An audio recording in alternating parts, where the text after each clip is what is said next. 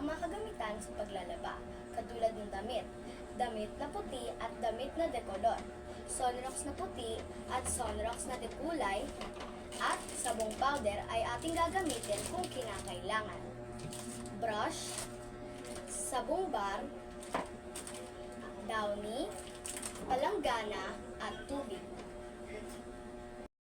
Pangalawa, ihiwalay ang mga puting damit sa dekolor.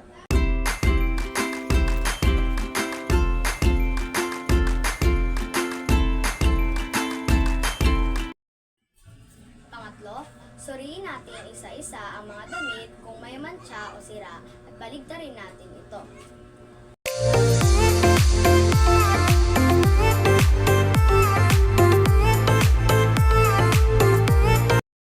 Basahin isa-isa ang mga damit upang mabawasan ang mga dumi nito.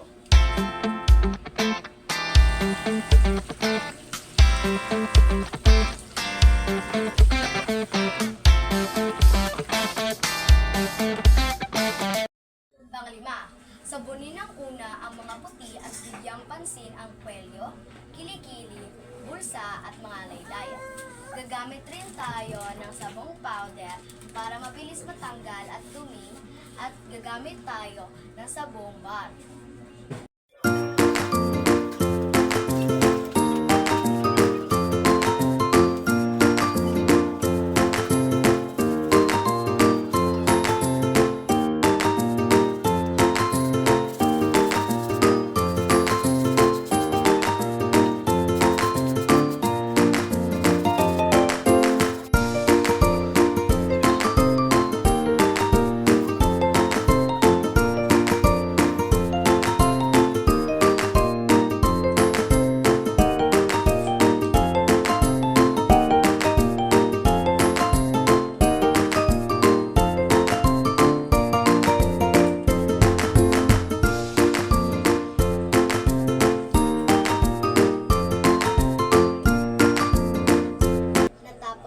Kusutin at sabunin ang mga puting damit.